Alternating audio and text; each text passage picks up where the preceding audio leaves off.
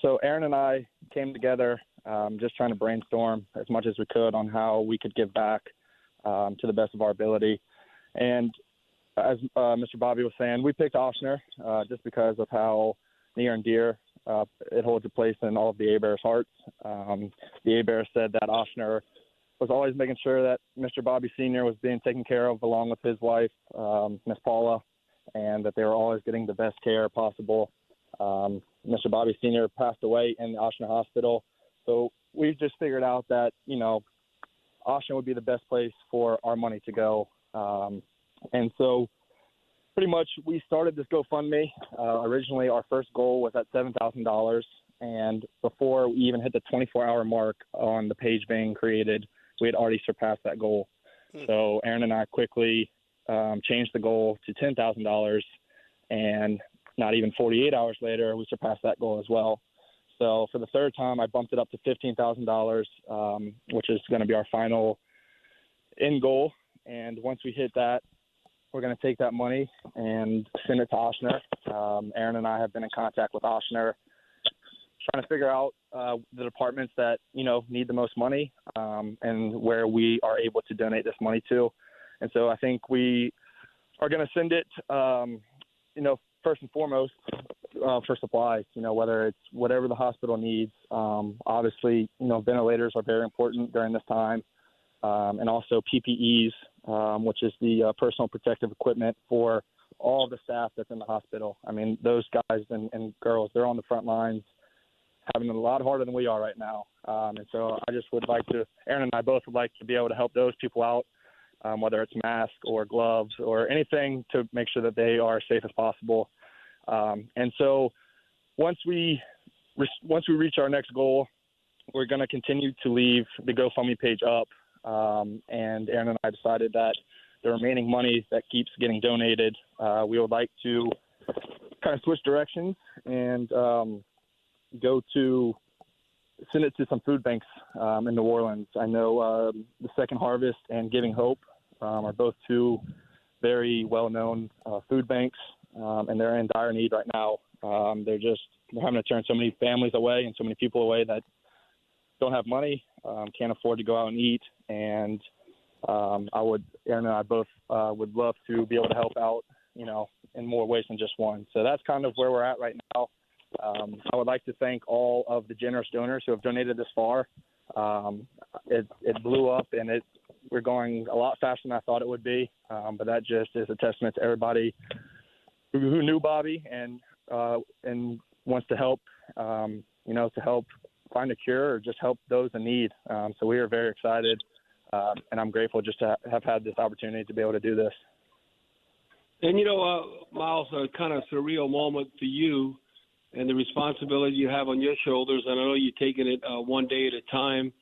I know I feel fortunate my dad was able to witness because LSU was so important to him to witness a national championship and the football fan that he is. But what are you personally doing right now? This has to be a difficult time for you, but it's all about how you handle adversity.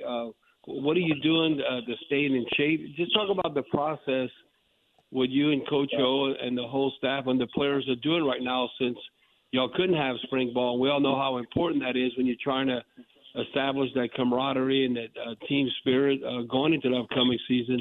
So just break that down for the fans. Right, yeah. I mean, this is a very adverse situation that we are going through. I faced many of these situations before in my life, so this is nothing new to me. I like you said, I take it a day at a time. But pretty much, I've been working out every single day with weights. My good friend has a private gym where only, him and I are able to work out at, so I'm really secluded and not having to worry about, exposing myself to others. And then the coaches and I meet. We meet by positions on a website called Zoom. So it's pretty much like a FaceTime over the computer. And we started reinstalling the offense and kind of picked up where we left off when we ended the spring.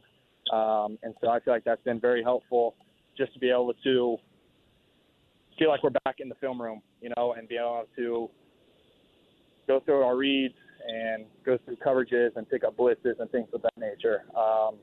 So then I have my quarterback drills that I do every single day. They're all on our iPad, and I go through those every single day, whether it's just in the backyard throwing to trees, or I go out to the beach a lot and I'll run in the sand, and I'll do my footwork drills in the sand. And then I've been in contact with all the guys. I wanted to reach out to them and first and foremost make sure that they're staying safe and they're healthy and they're doing the right thing.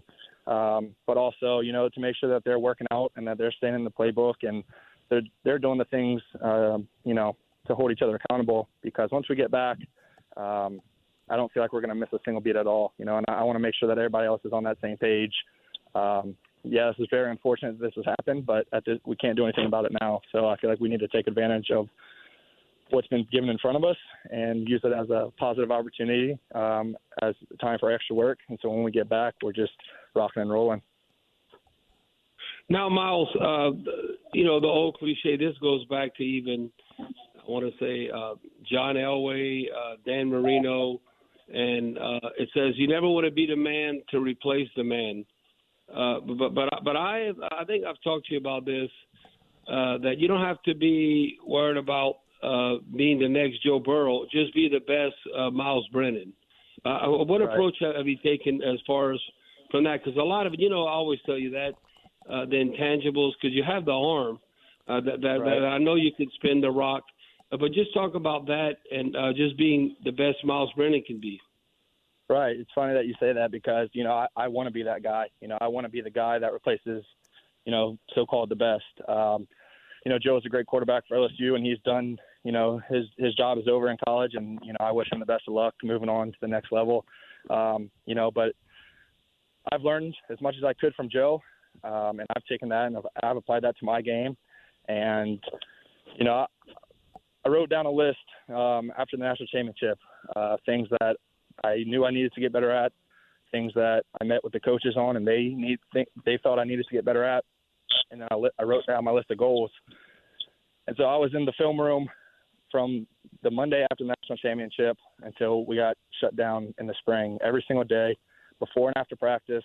I got our virtual room set up for offense. I've been going over my blitzes, my protections, my coverages.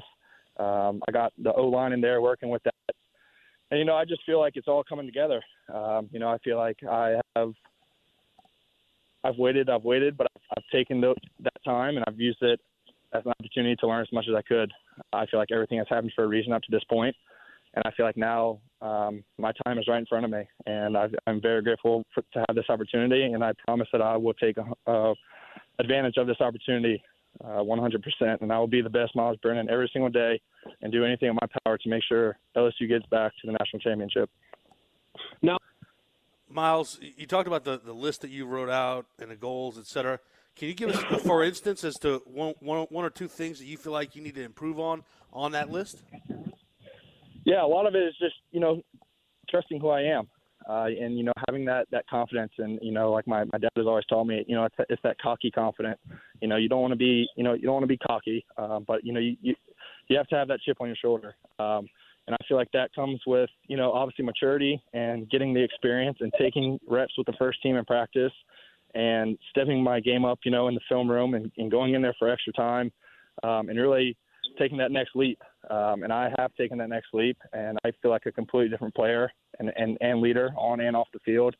So that was just one thing, just trusting who I am. God gave me this ability to throw the ball and to play football, and I feel like I would be letting a lot of people down, including him, if I didn't take advantage of this opportunity.